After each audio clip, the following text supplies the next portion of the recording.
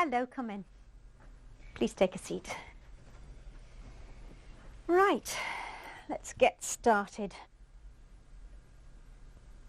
This is the speaking test of the International English Language Testing System taking place on Saturday the 11th of March at Beacon Centre, centre number BN367. The candidate is Sabrine Valancheri and the candidate number is 0003400. The examiner is Carol Kennedy and the examiner number is 433816. Good afternoon. What is your full name, please? My full name is Sabrine Valancheri. And what should I call you? You can call me Saba. May I see your identification, please, Saba? Yes, here it is.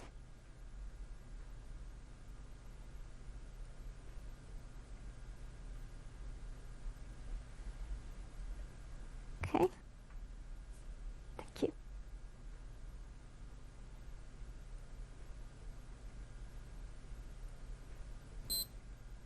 Now, in this first part, I'd like to ask you some questions about yourself. Let's talk about where you live. Where do you live in your country?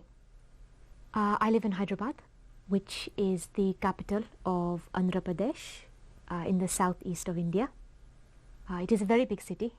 About 7 million people live there. And is it an interesting place to live? Oh yes, a very interesting place to live. Hyderabad has a very long history.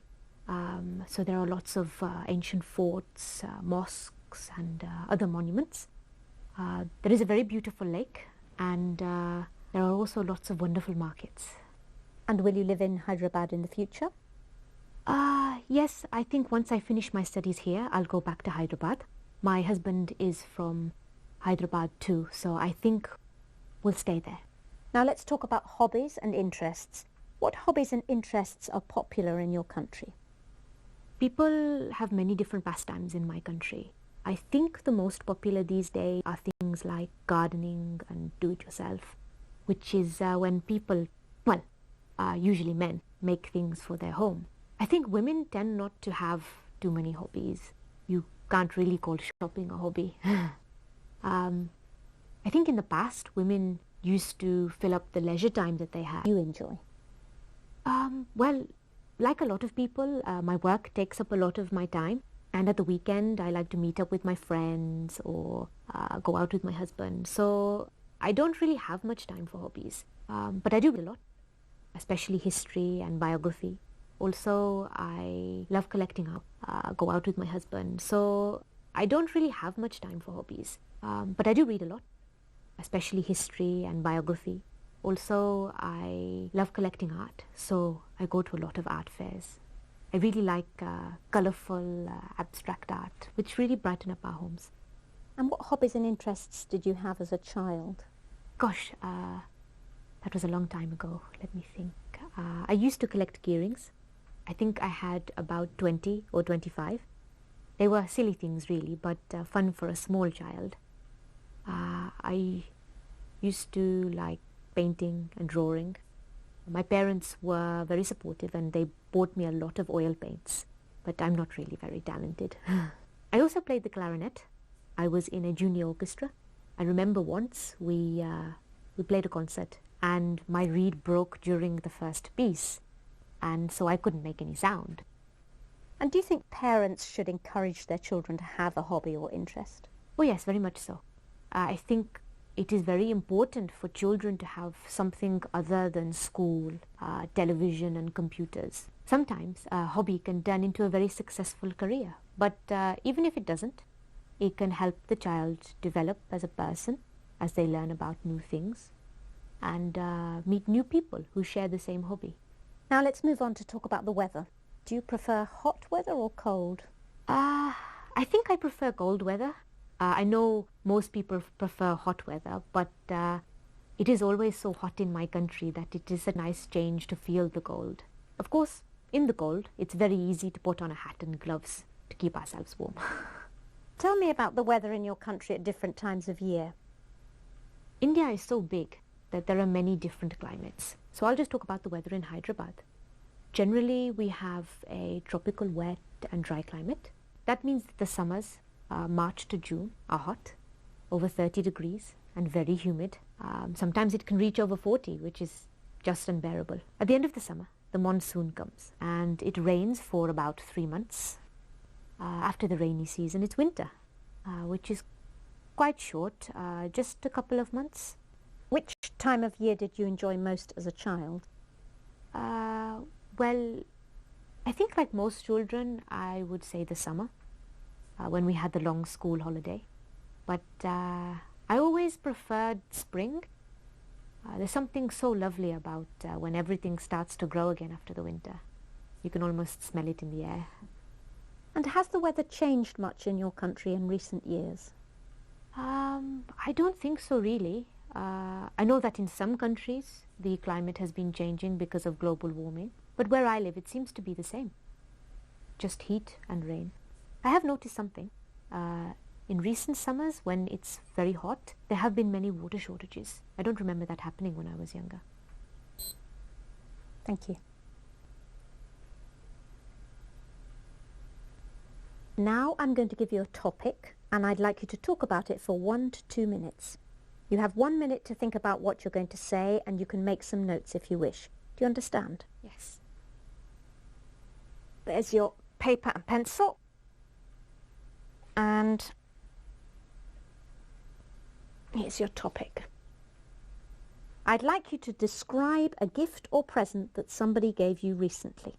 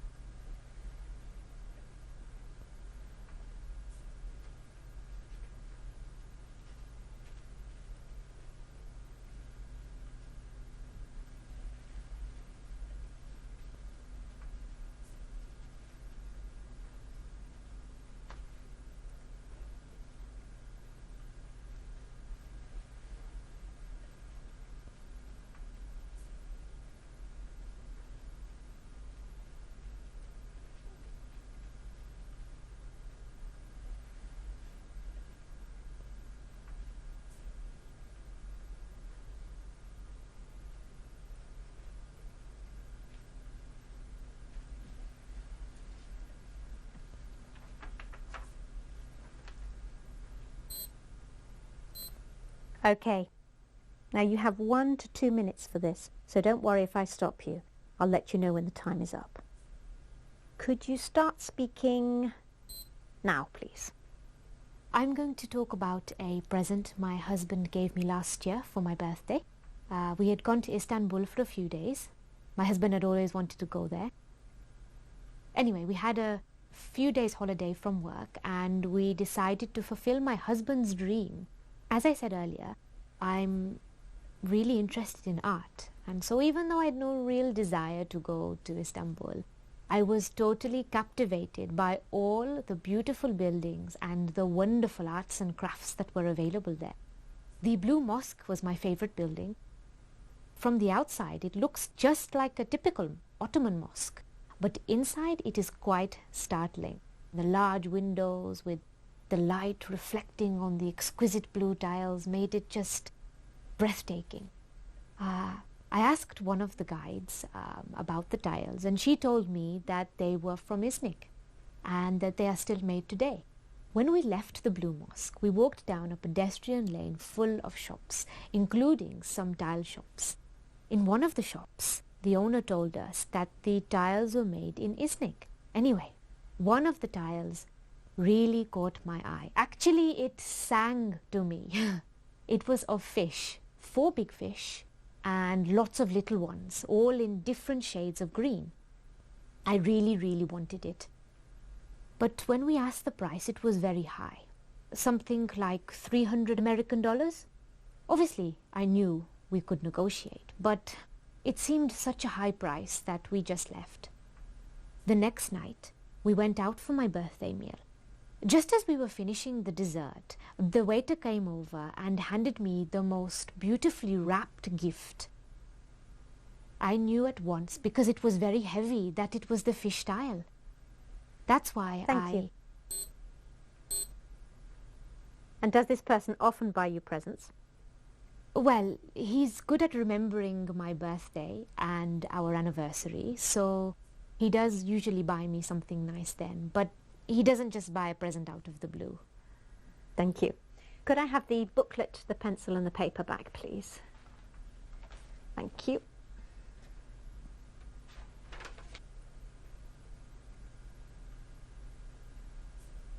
Now, you've been telling me about a present you received, and I'd like to ask you some more general questions related to this.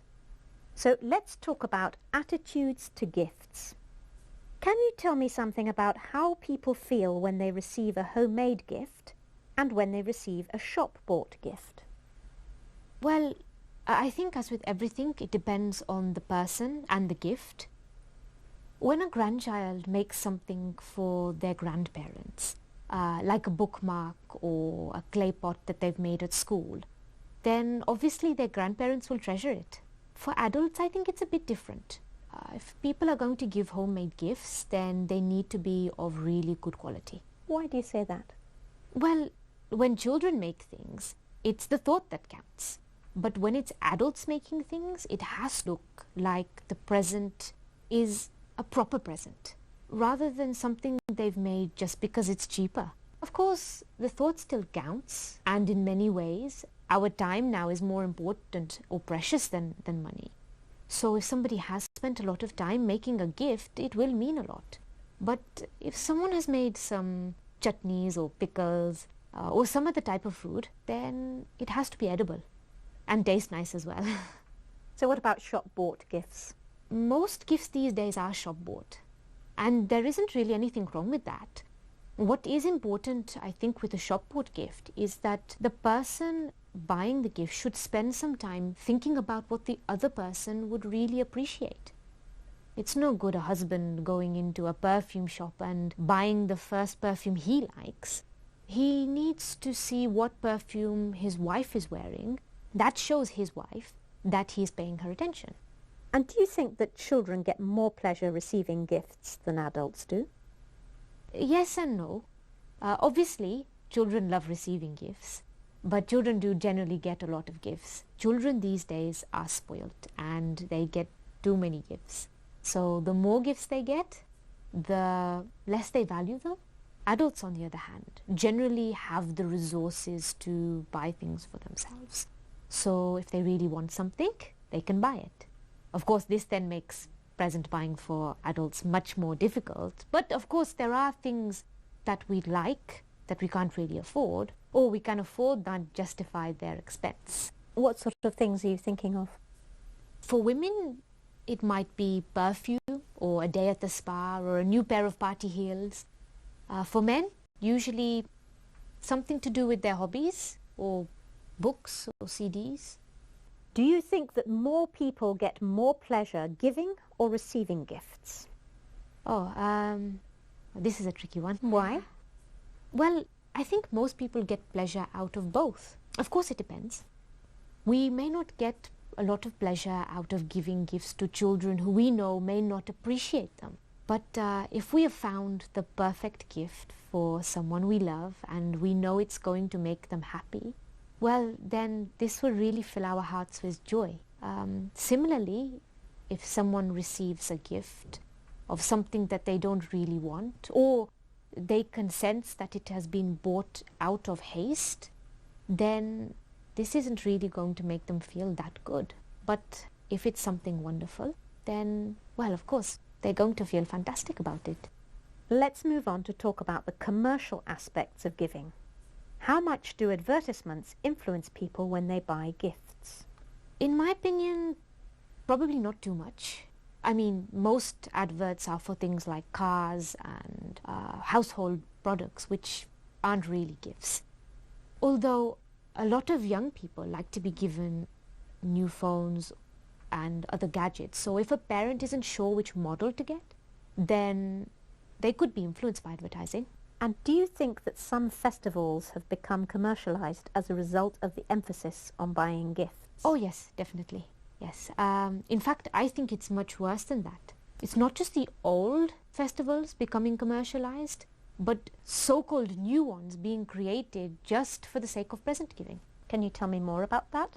Yes, things like Valentine's Day and Mother's Day, these aren't Indian traditions, but suddenly we find we have to buy a present for our spouse on Valentine's Day. And while it is nice to recognize how important our mothers are, surely it should be something we do every day, not just once a year when we buy her some chocolates. Thank you very much, Saba. That is the end of the speaking test.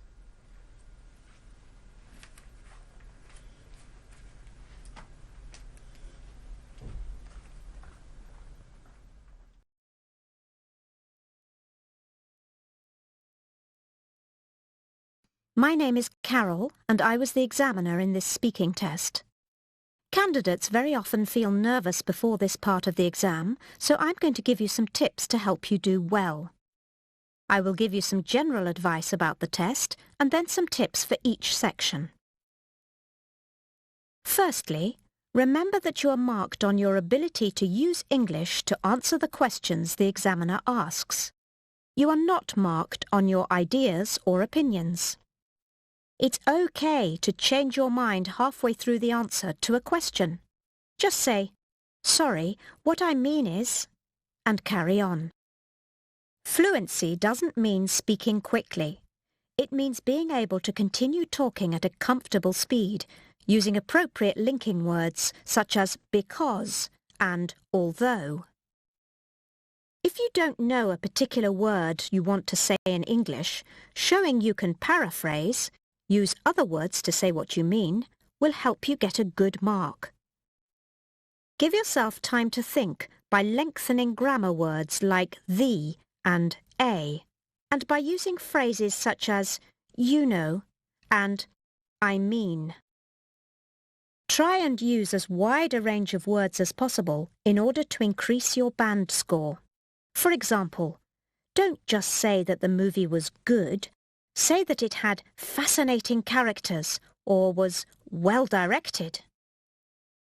Make sure you understand how to use cohesive devices correctly so that your English hangs together effectively. Synonyms are also useful cohesive devices. For example, my favourite city is London.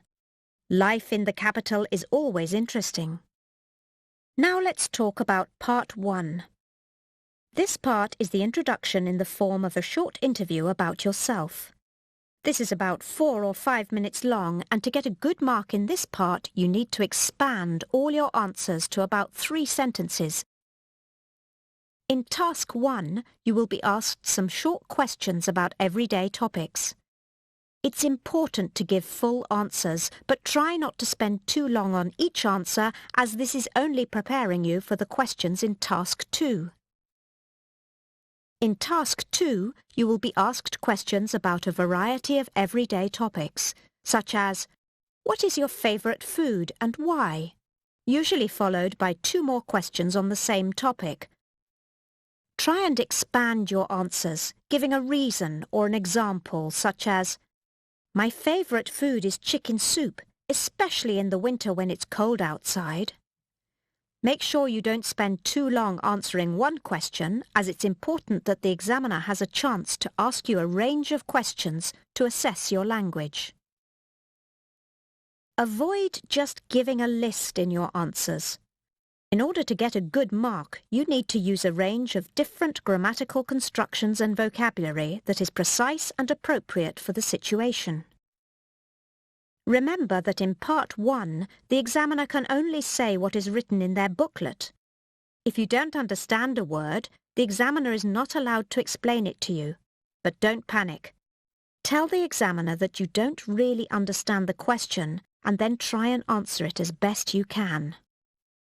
Moving on to Part 2, this is the long individual turn and where you can show the examiner how good your English is.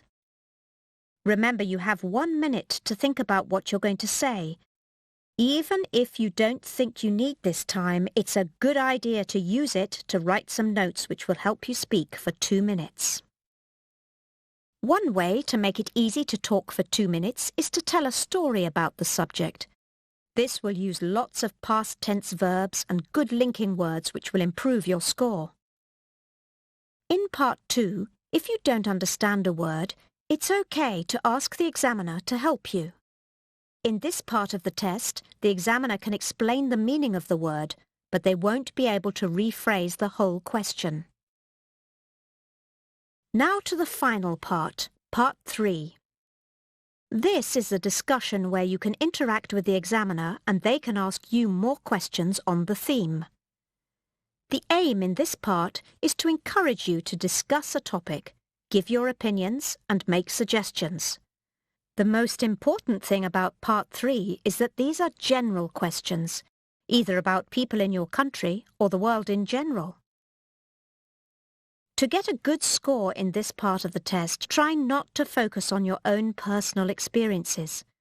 For example, in a question like, "What jobs are most respected in your country?" you need to discuss jobs in your country, not talk about your own work. The questions that follow will encourage you to put forward an argument to support your view. And finally, remember the examiner will not be looking out for your mistakes, but for the good English that you use so that they can give you a good mark. We wish you good luck and hope you are successful in the Ielts speaking test. Goodbye for now.